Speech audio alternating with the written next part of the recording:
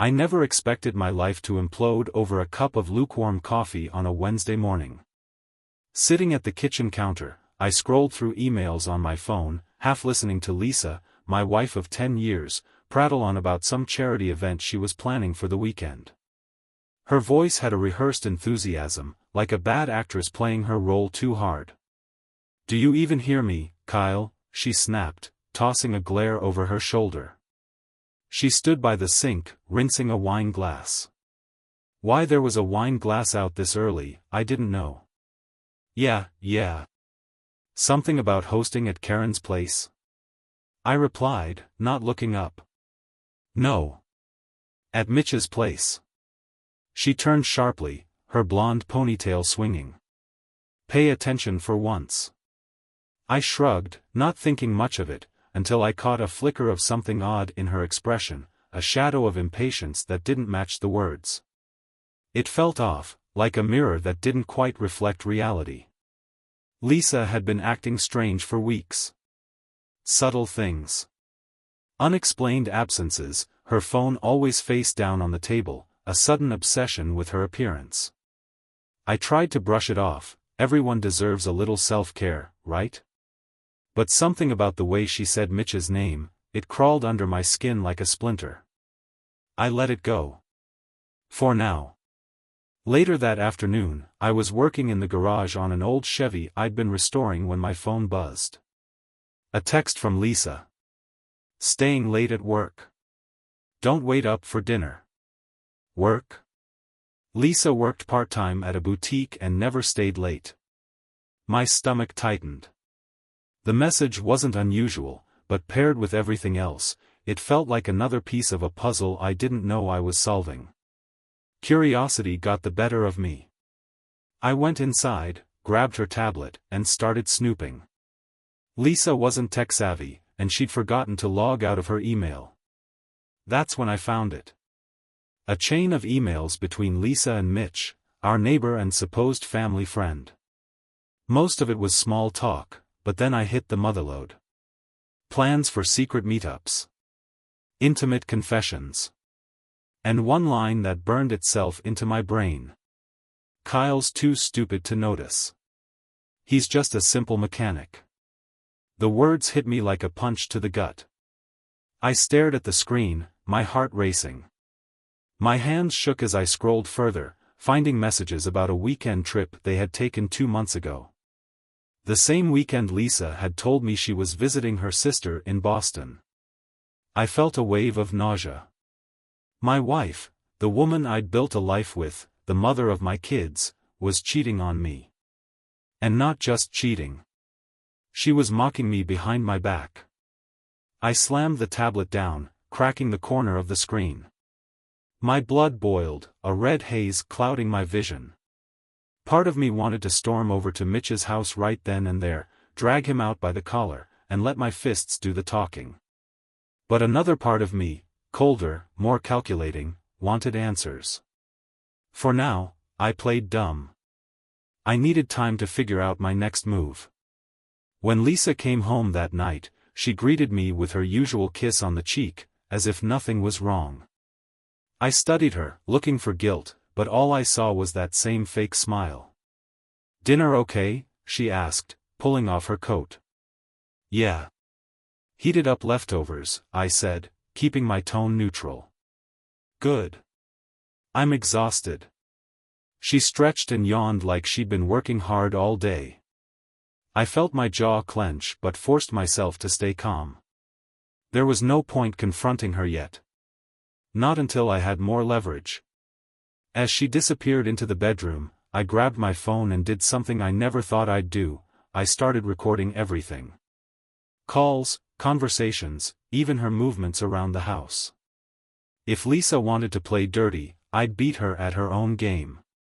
That night, as she lay beside me, pretending to sleep, I stared at the ceiling, replaying her betrayal over and over in my mind. The worst part wasn't just the affair, it was the blatant disrespect. She thought I was too stupid, too naive to catch on. But she was wrong. I wasn't just a simple mechanic. Lisa had no idea who she was messing with. The next morning, I woke up with a plan brewing in my head. Lisa's betrayal wasn't going to destroy me, it was going to light a fire under me. I didn't want to just confront her and listen to more of her lies, I wanted the truth, raw and unfiltered. And if she wasn't willing to hand it over, I'd rip it out of her web of deceit myself. Lisa was already up, sipping coffee like she didn't have a care in the world. She scrolled through her phone, a faint smirk playing on her lips. Probably texting Mitch. "Morning," I said casually, grabbing a mug. I didn't trust myself to look at her for too long. "Not yet." "Morning," she replied, barely glancing at me. "I'm working on the Chevy again today. Think you'll be around?" I asked, testing the waters. "Nope," she said quickly. "I have errands to run. Hair appointment, groceries, you know the drill." Her answers came too quickly, like she'd rehearsed them. "Busy lady," I said, forcing a smile. She looked up from her phone and shot me a withering glance. "Someone has to keep this house running, Kyle." I bit my tongue, fighting the urge to call her out right then and there. Instead, I watched her finish her coffee, grab her bag, and waltz out the door like she didn't have a care in the world. The moment her car pulled out of the driveway, I went to work. I'd spent the night researching ways to track someone without being detected. With a little help from a GPS tracker I'd ordered on rush delivery, I was ready to follow her every move. I planted the device on her car and then got into my truck, parked a few houses down, and waited. It didn't take long for her to make her first stop, a hotel on the other side of town. The tracker pinged her location, and I followed, keeping my distance. As I pulled into the parking lot, I saw her car parked near the back, away from the main entrance. My stomach turned when I spotted Mitch's car parked right next to hers. I felt a rush of rage so strong it was almost blinding. But I forced myself to stay calm. I wasn't here to confront them, not yet. I needed more proof, more ammo to use against her when the time came. I waited for what felt like an eternity, watching the hotel entrance like a hawk. Eventually, they emerged, laughing and talking like teenagers sneaking out past curfew. Lisa clung to Mitch's arm, her head tilted back in a way I hadn't seen in years, not with me, anyway. I snapped pictures from my truck, my hands trembling as I documented their betrayal. This wasn't just an affair, it was a full-blown relationship, right under my nose. When they drove off together, I followed at a safe distance. They went to a small diner on the outskirts of town, the kind of place where no one would recognize them. I parked a few spots away, watching as they sat in a booth by the window, laughing and leaning into each other. It wasn't long before Lisa's phone started buzzing. I could see it light up on the table, and her face changed instantly. She glanced at Mitch, who gave her a reassuring nod. Whatever they were planning, it wasn't good. I didn't realize how much time had passed until Lisa finally came home that evening. She strolled in, her face glowing like she'd just had the best day of her life. "How were the errands?" I asked, keeping my tone light. "Fine," she said quickly, setting her bag on the counter. "I'm exhausted, though. I think I'll go to bed early." "Long day, huh?" I pressed, watching her carefully. She hesitated for a split second, but then smiled. "Yeah. Non-stop." I let her go, pretending to drop it. But as soon as she disappeared into the bedroom, I grabbed her bag and started rifling through it. Buried under her wallet and receipts, I found a keycard for the hotel she'd been at earlier. The sight of it made my blood boil. I knew she wasn't going to come clean on her own. That night, I couldn't sleep. My mind kept racing, replaying every interaction we'd had over the past few months. How many lies had she told me? How many times had she looked me in the eye and lied through her teeth? But as angry as I was, I couldn't ignore the nagging question at the back of my mind, why? Why Mitch? Why now? The next day, I decided to dig deeper. If Lisa thought I was just a simple mechanic, she was about to get the shock of her life. I started making phone calls, using every connection I had from my previous life. See, Lisa didn't know everything about me. She thought she married a small-town grease monkey, but the truth was much darker. Before I met her, I'd spent a decade working in black ops. Covert missions, high-stakes operations, the kind of work that leaves scars no one can see. I'd left that life behind to settle down, to find peace. But now, it felt like all those skills I'd buried were clawing their way back to the surface. By lunchtime, I had everything I needed to blow her lies wide open. But as I stared at the evidence I'd gathered, another thought hit me like a brick. Lisa wasn't just cheating, she was planning something bigger. Something dangerous. I sat in the garage, staring at the hotel keycard I'd taken from Lisa's bag. My gut told me there was more to this than a simple affair. The lies were too coordinated, the secrecy too deliberate. And her phone buzzing in the diner, something was going on, something bigger than her betrayal. It was time to turn the tables. The first thing I did was call a buddy of mine, Eric, a former intelligence analyst who owed me a favor.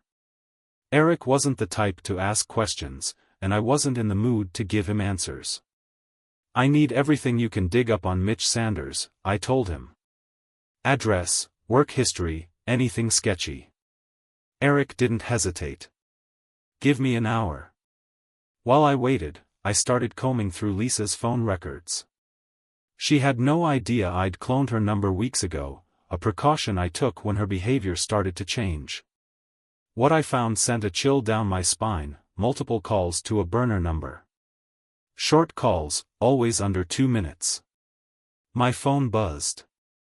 Eric was calling back. "You're not gonna like this," he said. "Lay it on me. Mitch Sanders isn't just some suburban desk jockey. He's got a sealed military file, only the really bad boys get those. He's also been tied to a couple of accidental deaths in the last 5 years. All women. And here's the kicker, he's broke as hell. Maxed out credit cards, a second mortgage, and a bankruptcy filing last year." I clenched my fist. This wasn't just about Lisa sleeping around. Mitch wasn't some lovesick neighbor, he was a predator. "You want my advice?" Eric added. "Get your wife out of this before she ends up in a bad situation." I hung up without answering. Lisa wasn't a victim. She knew exactly what she was doing. Later that night, I sat at the dinner table, watching Lisa as she scrolled through her phone.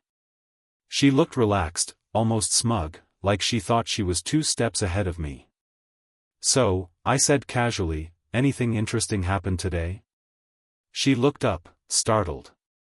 "No. Just errands." "Errands, huh?" I said, smiling. "You must have a lot of errands at the same hotel, seeing as you left your keycard in your bag." Her face froze. For a split second, I saw a panic flash in her eyes, but she quickly masked it with indignation. "What the hell, Kyle?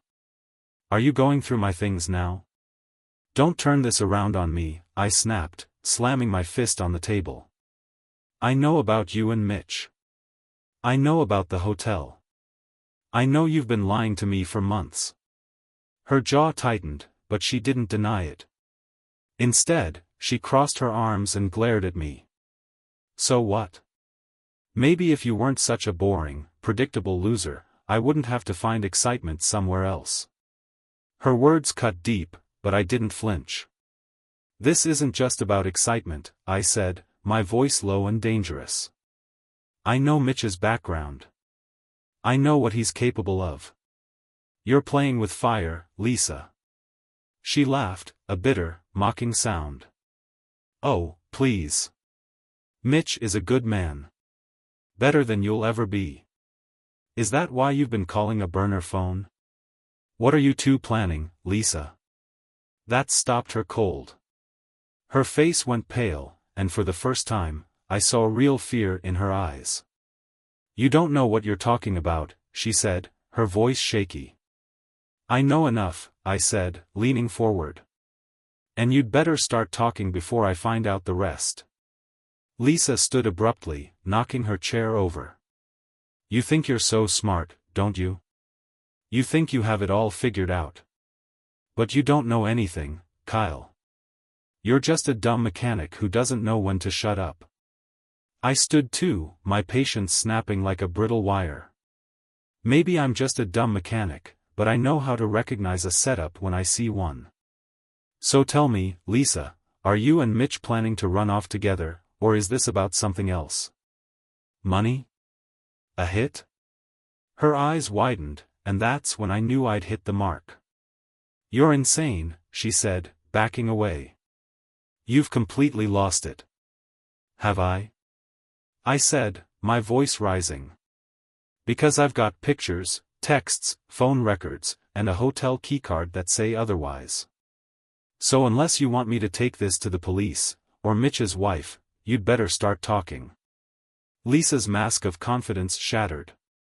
She looked like a cornered animal, desperate and dangerous. You don't understand, she said, her voice breaking. It's not what you think. Then explain, I demanded. But before she could answer, her phone buzzed on the table. She grabbed it instinctively, but not before I saw the name flashing on the screen, Mitch. Her hands trembled as she stared at the phone. She didn't answer. You're going to tell me everything, I said, stepping closer. Because if you don't, I'll make sure Mitch gets exactly what he deserves. Lisa's face twisted into a sneer. You don't scare me, Kyle. You're just a nobody. Maybe, I said, my voice ice cold. But you've got no idea who you're dealing with. She flinched at my tone but didn't reply. I could see the wheels turning in her head, trying to figure out her next move. That's when I realized something chilling. Lisa wasn't just caught in Mitch's web. She was weaving one of her own. Lisa stormed out of the room, her phone clutched tightly in her hand. I could hear her footsteps echoing down the hallway, quick and erratic. She disappeared into the bedroom and slammed the door so hard it rattled the walls. I stood there for a moment, fists clenched, my mind spinning. I had her cornered, and she knew it. But what scared me wasn't her fear, it was the way she looked at me before she left. That wasn't the face of a guilty wife caught in an affair. That was the face of someone plotting their next move. I needed to act fast. I grabbed my laptop and opened the tracking app I'd installed earlier. Lisa's phone was still synced, and I could see every message she sent in real time. A new text popped up within seconds. To Mitch, we need to accelerate the plan. He knows too much. My stomach dropped. Accelerate the plan? What plan? I clicked the screen, pulling up Mitch's number. For a second, I debated calling him directly, but I stopped myself. That was exactly what they'd expect me to do, react in anger, make mistakes. No, I wasn't playing their game. I was making my own rules now. Lisa came out of the bedroom a few minutes later, her face wiped clean of emotion. She was wearing her "everything's fine" mask again, but it was too late. I'd seen the cracks. Are we done with the accusations, or are you planning to ruin the rest of the night too? She asked, crossing her arms. I didn't answer. Instead, I leaned back in my chair, staring at her with an intensity that made her shift uncomfortably. What? She snapped. Just thinking, I said coolly. About how far you're willing to go. Her eyes flickered with something, nervousness, maybe? But she quickly covered it with a smirk. You're paranoid, Kyle. You're seeing things that aren't there. Am I? I asked, keeping my tone steady. Lisa rolled her eyes and walked past me, grabbing a glass of wine from the counter. She sipped it slowly, her back to me. You know, I said, watching her closely, it's funny how you think you've got this all under control. But here's the thing, you're not as good at lying as you think you are. She froze for a split second before turning around, the smirk still plastered on her face. You're delusional. No, Lisa. I'm prepared. Her smile faltered. I stood and walked toward her, closing the distance between us. You and Mitch have been planning something. I don't know what it is yet, but I'm going to find out. And when I do, you'll wish you'd been honest with me. Is that a threat? She asked, her voice dripping with false bravado. It's a promise, I said, my voice low and steady. For a moment, we stood there in silence, the tension so thick it felt like the air had been sucked out of the room. Lisa's eyes darted to the clock on the wall, then back to me. I need some air, she said abruptly, grabbing her purse. Running to Mitch already? I asked, unable to hide the venom in my voice. She didn't reply. Instead, she walked out the door without looking back. I waited a few minutes before grabbing my truck keys. I wasn't about to let her out of my sight. The tracker showed her heading to an industrial area on the outskirts of town. It wasn't the kind of place you'd go for a late-night stroll. As I followed, my mind raced with possibilities. Was she meeting Mitch? Was this about money? Or something darker? She pulled into a deserted warehouse lot, parking her car near a side entrance. I killed my headlights and parked a block away, creeping closer on foot. The night was eerily quiet, the only sound the crunch of gravel under my boots. From the shadows, I watched Lisa get out of her car and walk toward a figure waiting by the entrance. Mitch. He handed her a folder, and they started talking in hushed tones. I couldn't hear everything, but I caught snippets. He's getting suspicious. We need to move before he does. Make it look like an accident. My blood ran cold. They weren't just cheating. They were planning to kill me. I pulled out my phone and started recording, zooming in on their faces as they talked. Mitch handed Lisa something small and metallic, keys, maybe, before they both got into their cars and drove off in opposite directions. I stayed behind, waiting for the adrenaline to subside. My hands were shaking as I reviewed the footage. It was all there, the folder, the conversation, the exchange. This wasn't paranoia anymore. This was real. As I drove home, 1,000 thoughts swirled in my head. Should I confront her? Go to the police? Call Mitch's wife and blow up his life the way he tried to destroy mine? But none of those options felt right. Lisa thought she was in control. She thought she could outsmart me, manipulate me, and walk away unscathed. But she underestimated one thing. I wasn't just a mechanic. I was trained for situations like this. And now, it was time to remind her, and Mitch, that I wasn't someone you could mess with. The game wasn't over. It was just getting started. The drive home felt like I was threading through a fog of rage and adrenaline.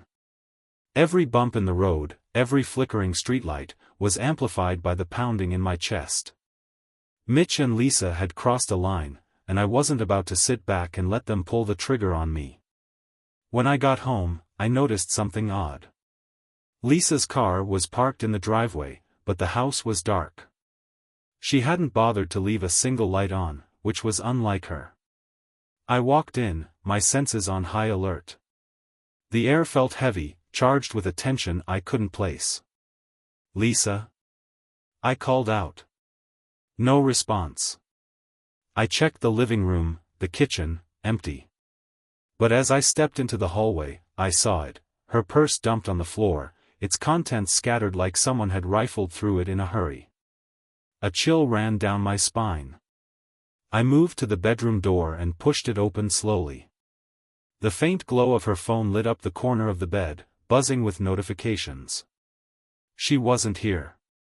I grabbed the phone, and my breath hitched as I read the latest text from Mitch. It's done. He won't see it coming. Make sure you're ready when he does.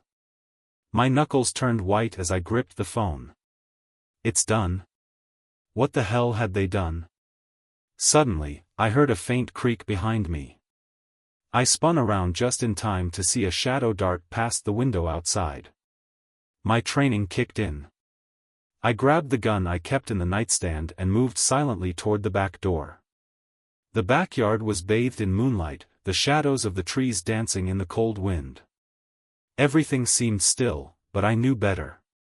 Someone was out there. "Come out!" I barked, my voice cutting through the silence. For a moment, nothing happened. Then, a figure stepped out from behind the shed, a tall man with a scar running down his cheek. He wasn't Mitch, but he wasn't a random stranger either. "Who the hell are you?" I demanded, aiming the gun at him. He raised his hands, a smug grin plastered across his face. "Just a messenger," he said casually. "A messenger for who?" "You already know the answer to that," he said. "Mitch sends his regards." Before I could react, he lunged at me, his hand reaching for something in his jacket. I fired instinctively, the shot ringing out into the night. The man crumpled to the ground, groaning as he clutched his leg. "Bad move," I said, standing over him. "Start talking, or the next one won't miss." He laughed, even as blood seeped through his fingers. "You think you've won? You have no idea what's coming." I grabbed him by the collar, dragging him closer. "Try me." "You're already dead, Kyle," he hissed. "You just don't know it yet." Before I could press him further, I heard the distant wail of sirens. Someone must have heard the gunshot. I let the man go and disappeared into the shadows, leaving him to deal with the police. Inside the house, I locked every door and window, double-checking every entry point. My mind was racing. Mitch had sent someone to my house, a hired thug to take me out. This wasn't just about Lisa cheating on me anymore. This was an orchestrated attack, and I was the target. I knew I couldn't sit around waiting for Mitch's next move. It was time to strike first. The next morning, I met Eric at a secluded diner outside town. He was already waiting, his laptop open and a grim expression on his face. "Got your message," he said as I slid into the booth. "You weren't kidding. This Mitch guy is bad news." "What do you have?" I asked. Eric pulled up a series of documents. "Mitch isn't just some predator with a military past. He's part of a network, a loose group of operators who do dirty work for hire. Assassinations, blackmail, you name it. And get this, he's been using Lisa as bait. She's the honey trap." My stomach churned. "You're saying she's done this before?" Eric nodded grimly. "More than once. She lures in the mark, gains their trust, and then Mitch moves in to finish the job. It's a pattern." I leaned back, the weight of the revelation hitting me like a freight train. "She married me, just to set me up?" "Looks like it," Eric said. "But here's the thing, they underestimated you. They didn't know who they were dealing with." I clenched my fists, my mind racing. Lisa hadn't just betrayed me, she'd used me. My whole marriage was a lie. "What do we do?" I asked. Eric grinned, a glint of mischief in his eyes. "We turn the tables. They've got a network, but so do we. And I've got enough dirt on Mitch to make his life hell." I nodded, the first flicker of hope sparking in my chest. "Let's do it." That night, I sent Lisa a text, "We need to talk. Meet me at the cabin." The cabin was a secluded spot in the woods, a place she didn't know I'd rigged with cameras and traps. If Mitch or anyone else tried to ambush me, they'd be walking into a hornet's nest. She replied almost immediately, "Fine." "What time?" 8 p.m. "Don't be late." By the time I arrived, the sun had dipped below the horizon, casting the woods in eerie shadows. I parked my truck out of sight and slipped into the cabin, watching the cameras as Lisa's car pulled up. She stepped out, her face a mask of feigned concern. But I wasn't falling for it anymore. When she walked in, I was waiting, the cameras rolling. "Sit," I said, pointing to the chair in the center of the room. She hesitated, her eyes darting around. "What's this about, Kyle?" "You know exactly what it's about," I said, my voice cold as ice. Her mask cracked for a moment, fear flickering across her face. "Start talking, Lisa," I said. "Or this ends tonight." Lisa stood frozen in the doorway, her painted nails tapping rhythmically on the edge of her purse as her eyes darted from the chair to me. Her usual smug expression faltered for the first time, and a flicker of unease crept across her face. "Kyle," she began, her voice smooth but brittle, "what's with the theatrics? This isn't you." "You don't know me, Lisa," I replied, leaning against the edge of the table, gun resting casually by my side. "Not the real me. But tonight, you're going to learn exactly who I am." She shifted her weight nervously, taking a step inside. The tension in the cabin was suffocating. Every creak of the wooden floorboards echoed like a gunshot. "I don't have time for your games," she snapped, her voice gaining a sharp edge. "If this is about your insecurities, sit down." The command cut through the air like a blade, and for the first time in years, she flinched. She dropped into the chair, clutching her purse like a lifeline. I pulled up my phone, hitting a button to display the live footage from the cabin's hidden cameras on the wall-mounted screen. Her car, parked alone in the clearing, and the narrow path she'd walked to get here were displayed in stark clarity.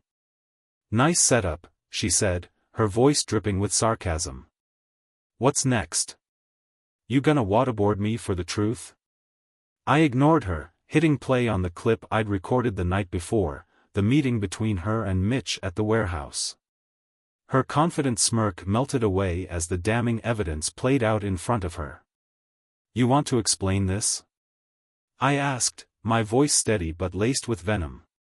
Lisa blinked rapidly, her mind racing for an excuse. This isn't what it looks like. Mitch, he's been stalking me, Kyle. He's obsessed, and I didn't know how to tell you. I didn't want to upset you." I laughed, a harsh, bitter sound that made her flinch again. "Really? That's the best you've got? Mitch was stalking you so much that you decided to plan my death together?" Her mouth opened and closed like a fish gasping for air. "That's not what I—" "Save it, Lisa," I snapped, slamming my hand on the table.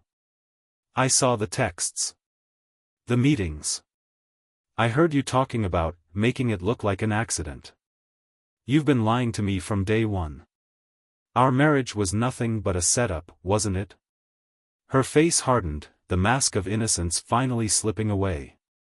"And what if it was?" she said coldly, her voice low and venomous. "You think I married you for love? Please. You were a tool, Kyle. A means to an end. Do you know how easy it was to manipulate you? The simple mechanic with a chip on his shoulder, desperate for someone to love him. Pathetic." Her words hit me like a punch to the gut, but I didn't flinch. This was the real Lisa, the mask was gone, and the venomous creature beneath was finally showing her true colors. "So what was the plan?" I asked, my voice eerily calm. "String me along until Mitch put a bullet in my head? Collect the insurance money and ride off into the sunset?" Lisa leaned back in the chair, crossing her arms. "Something like that. But don't act like you're some innocent victim, Kyle. You've been lying to me too, haven't you? Mr. Elite Operative. You think I didn't know about your past?" For a moment, I froze. Her grin widened. "Oh, yeah. Mitch and I did our homework. We know all about the bodies you've left behind. The missions you were too good to talk about. The government may have erased your records, but nothing stays buried forever." I stepped closer, looming over her. "And knowing that, you still thought it was smart to come after me?" Her smile faltered, but only for a second. "Because you're soft now," she hissed. "Domesticated. You gave it all up for a quiet life. You're not the killer you used to be," Mitch said. "Mitch doesn't know me," I said, cutting her off. "But he's about to find out." I grabbed her purse and dumped its contents onto the floor. A burner phone clattered out, along with a small envelope marked with Mitch's initials. "What's this?" I demanded, picking up the envelope. She didn't answer, her lips pressed into a thin line. I tore it open and pulled out a set of blueprints. My heart sank as I realized what I was looking at, a detailed map of the cabin, complete with notes about entry points, weaknesses, and possible ambush spots. "You brought them here," I muttered, staring at her in disbelief. "You were going to set me up tonight." Lisa didn't deny it. Instead, she laughed, a low, chilling sound that sent a shiver down my spine. "You were always a step behind, Kyle. Mitch is probably on his way right now. And when he gets here, you're dead." For a moment, the room was silent except for the sound of my breathing. Then I smiled, a slow, dangerous smile that made Lisa's confidence falter. "You really don't get it, do you?" I said, leaning down so our faces were inches apart. "I knew you'd bring him here. I counted on it." Her eyes widened in realization, but before she could speak, the sound of tires crunching on gravel echoed outside. I grabbed my gun and moved to the window, peering out into the darkness. A black SUV was pulling into the clearing, its headlights cutting through the trees like searchlights. "It's over, Lisa," I said, turning back to her. But not for me. The game was about to end, and this time, I was in control. The black SUV rolled to a stop, its engine idling as shadows moved behind the tinted windows. My grip on the gun tightened, my heartbeat steady despite the storm brewing outside. The clearing was deathly silent, the only sound the soft rustling of wind through the trees. Lisa sat motionless in the chair, her defiant smirk replaced with a pale, tight-lipped expression. She knew the game had shifted, only she didn't know just how much. "I'm curious," I said, my voice low and cold. "What was your endgame here, Lisa? Did you really think Mitch could take me down?" Her lips parted, but no words came out. I didn't wait for her answer. The SUV doors opened, and 3 men stepped out. Mitch was at the center, his broad frame unmistakable even in the dim moonlight. He was dressed in tactical gear, a suppressed pistol holstered at his side. His 2 lackeys flanked him, carrying rifles and scanning the area like they were walking into a war zone. They were. I'd spent hours rigging the cabin and its surroundings with traps, cameras, and fallback options. Every step Mitch and his men took was a step closer to their undoing. I turned to Lisa, who was now visibly trembling. "Looks like your boyfriend brought friends. Let's give them a warm welcome." Before she could respond, I grabbed a roll of duct tape from the table and bound her hands to the chair. Her protests were muffled by the strip of tape I pressed over her mouth. "This is your mess, Lisa," I said, stepping back. "Now you're going to watch how I clean it up." Outside, Mitch's team was advancing cautiously toward the cabin. One of his men pointed toward the window where I stood moments ago, and Mitch nodded. They were professionals, silent, coordinated, deadly. But they weren't me. I moved to the control panel I'd set up in the corner of the cabin. A quick glance at the camera feeds showed the 3 men splitting up, Mitch heading toward the front door, one man circling to the back, and the other moving to the side window. Perfect. I hit the first button. The side of the cabin erupted in a deafening blast as the pressure-triggered charge I'd planted under the window detonated. The man who'd been approaching was thrown backward, landing in a crumpled heap. He wasn't getting up. Mitch and his remaining lackey froze, their heads snapping toward the explosion. I could hear Mitch barking orders, his voice muffled by the thick cabin walls. "Time for phase 2. I triggered the motion-activated floodlights outside, bathing the clearing in blinding white light. Mitch's man at the back cursed loudly, momentarily disoriented. I took the opportunity to slip out through a hidden hatch beneath the cabin floor, emerging silently into the brush behind the clearing. With my night vision goggles on, the scene was as clear as day. Mitch was crouched behind a tree, scanning the cabin's perimeter. His remaining lackey was inching toward the back door, clearly spooked. I moved swiftly, circling around behind the man. He didn't even hear me coming. A quick blow to the back of the head, and he dropped like a sack of bricks. That left Mitch. I stepped out of the shadows, my gun trained on him. "Drop the weapon, Mitch." He froze, his hand hovering near his holstered pistol. Slowly, he turned to face me, his expression unreadable. Well, he said, his voice calm despite the situation. "Didn't think you had it in you, Kyle." "There's a lot you don't know about me," I replied. "But you're about to find out." Mitch smirked, his eyes flicking to the cabin. "Lisa's inside, isn't she? Bet she's loving this." "Lisa's not your concern anymore," I said. "She's done." His smirk widened. "You really think she's the problem here?" "She was just the bait, Kyle. You're the real prize. Do you have any idea how much you're worth to the people I work for?" "I'm flattered," I said dryly. "But I'm not for sale." Mitch's eyes narrowed, and I could see the calculation behind them. He wasn't going to go down without a fight. "I have to admit," he said, his hand inching closer to his pistol, "I didn't expect you to put up this much of a fight. Guess the old dog still has some teeth." "You have no idea," I said. Before he could make his move, I fired a warning shot into the ground at his feet. "Don't," I warned. Mitch raised his hands, but his smirk didn't falter. "What's the plan here, Kyle? You gonna kill me?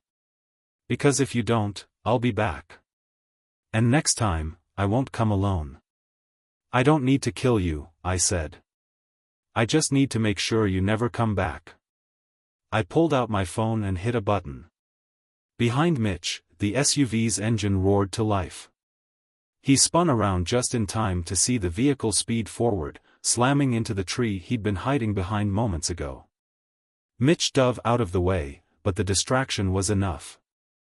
I closed the distance and knocked the pistol from his hand, pinning him to the ground. "You messed with the wrong man," I said, my voice low and deadly. Mitch laughed, blood trickling from the corner of his mouth. "You think this is over? This is just the beginning." I didn't respond. Instead, I bound his hands and dragged him toward the cabin. Lisa's eyes widened as I shoved Mitch into the chair next to her. "Enjoy each other's company," I said, my tone icy. "The cops will be here soon. You've got plenty of time to explain yourselves." As I stepped outside, the first rays of dawn began to break over the horizon. For the first time in days, I felt a sense of peace.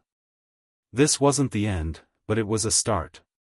The sound of sirens in the distance grew louder, piercing through the quiet of the forest. The glow of dawn cast a pale light over the cabin, illuminating the chaos that had unfolded just hours before. Mitch and Lisa sat side by side, bound to their chairs, their faces a picture of shock, rage, and defeat. Lisa's eyes burned with hatred as she glared at me, the once confident manipulator now reduced to a caged animal. Mitch, bloodied but still defiant, sat silently, his jaw clenched tight. I leaned against the doorway, watching them as the flashing red and blue lights came into view. "Looks like the cavalry's here," I said, my voice calm but laced with finality. Lisa thrashed in her chair, the duct tape binding her wrists creaking under the strain. "You think this is over, Kyle?" she spat, her voice venomous. "You're a fool. You've ruined everything." "Ruined what?" I shot back, my tone cold. "Your little scheme to have me killed. Your fantasy of cashing in on my life insurance while you played house with Mitch?" Her mouth snapped shut, but her eyes burned with unspoken curses. Mitch chuckled, low and bitter. You don't get it, do you, Kyle? You've just made yourself a target. People like me, we don't work alone. When they find out what you did, you'll be looking over your shoulder for the rest of your life. I stepped closer, crouching down to meet his gaze. Let them come, I said evenly. But they won't find the same man who walked away from his old life. They'll find someone much worse. For the first time, a flicker of doubt crossed Mitch's face. The police arrived in force, a convoy of patrol cars and tactical units spilling into the clearing. Officers fanned out, their weapons drawn, scanning for threats. I raised my hands, stepping into view. Officer Downs, I called, recognizing one of the senior officers from town. Kyle, he said, lowering his weapon slightly. What the hell happened here? I gestured toward the cabin. Inside, you'll find Mitch Rollins. He's wanted in 3 states for murder for hire and racketeering. And next to him?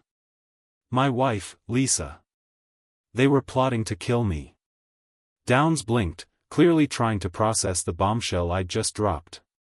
You're telling me your wife hired this guy to have you taken out? That's exactly what I'm telling you, I replied. You'll find evidence on the phones and in the SUV. It's all there. And officer? You might want to call the feds. Mitch isn't just a small-time thug, he's connected to something much bigger. Downs nodded slowly, motioning for his team to move in. As the officers stormed the cabin, I stood back, watching as they secured Mitch and Lisa. She screamed and fought, her voice shrill and furious, but Mitch was eerily silent, his expression dark and calculating. Hours later, I sat on the tailgate of one of the police trucks, sipping a cup of lukewarm coffee. The clearing was now a hive of activity, officers combing through the scene, crime scene tape fluttering in the breeze, reporters snapping photos from a distance. Lisa had been loaded into a squad car, her protests falling on deaf ears. As they drove her away, she shot me one last look, a mix of fury and desperation. It didn't affect me. Not anymore. Downs approached, a folder in hand. We've got enough to hold them both, he said. The texts, the blueprints, the surveillance footage, it's a solid case. FBI's already on their way to take Mitch into custody. Good, I said, setting down the coffee. Downs hesitated, then said, You know, Kyle, you've been through a lot. If you want to step away, take some time to figure things out, no one would blame you. I looked out at the horizon, the sun fully risen now, casting the forest in golden light. I appreciate that, I said. But I've had enough of running and hiding. It's time I face things head on. Downs nodded, clapping me on the shoulder before walking away. The cabin was eerily quiet when I returned. The bloodstains, broken furniture, and shattered glass were all reminders of the chaos that had unfolded here. But it was more than that, it was a reminder of how far I'd come, and how far I was willing to go to protect myself. As I packed a duffel bag with the essentials, I thought about everything that had happened. Lisa's betrayal, Mitch's arrogance, the danger I'd faced, it had all tested me in ways I never imagined. But instead of breaking me, it had awakened something I'd buried for too long, the will to fight, to survive, to reclaim my life. I wasn't the same man who had been blind to the lies and manipulation. I wasn't the simple mechanic Lisa had thought she could control. I was more than that now. Before leaving, I stood in the center of the cabin, letting the silence wash over me. It was a goodbye, not just to this place, but to the person I used to be. As I drove down the dirt road, the forest fading into the distance, I felt a strange sense of freedom. The weight of betrayal, anger, and pain was still there, but it no longer controlled me. This wasn't the end of the story, it was the beginning of a new chapter. One where I wouldn't be the victim. One where I wouldn't let anyone dictate my life. And if Mitch's so-called people came looking for me? Well, they'd learn the same lesson Lisa and Mitch had. You don't mess with Kyle Reynolds and walk away unscathed. Final reflection. If there's one thing I've learned from this nightmare, it's that betrayal doesn't define you, it tests you. It strips away the illusions and forces you to confront the truth about yourself and the people around you. For anyone reading this who finds themselves in a similar situation, my advice is simple: don't ignore the red flags. Don't let anyone make you feel small or insignificant. And most importantly, don't be afraid to fight for your life, your dignity, and your future. Because in the end, you're stronger than you think.